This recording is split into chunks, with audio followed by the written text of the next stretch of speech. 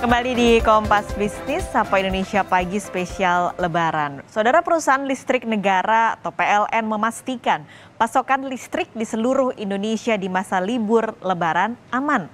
Kondisi yang berbeda hanya beban puncak listrik yang berpindah dari kota-kota besar ke daerah-daerah tujuan mudik.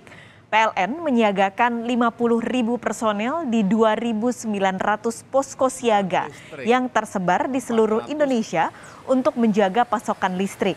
Selain memaksimalkan operasional pembangkit listrik, PLN juga menyiagakan 2.550 peralatan pendukung seperti genset, unit gardu bergerak, hingga trafo mobile. Kapasitas pembangkit di Indonesia saat ini adalah 64,3 gigawatt.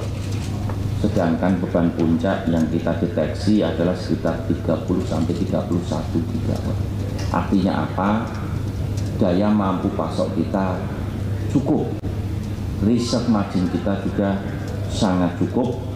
Dan untuk itu saya di sini bisa mengumumkan bahwa dari sudut pandang kapasitas kita aman dalam menghadapi Lebaran Idul Fitri 1443.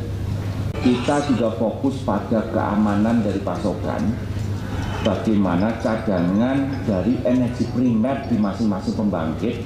Tapi kita sudah ada cek masing-masing bahwa pasokan stockpile batubara kami di pembangkit kami rata-rata di atas 15 hari operasi.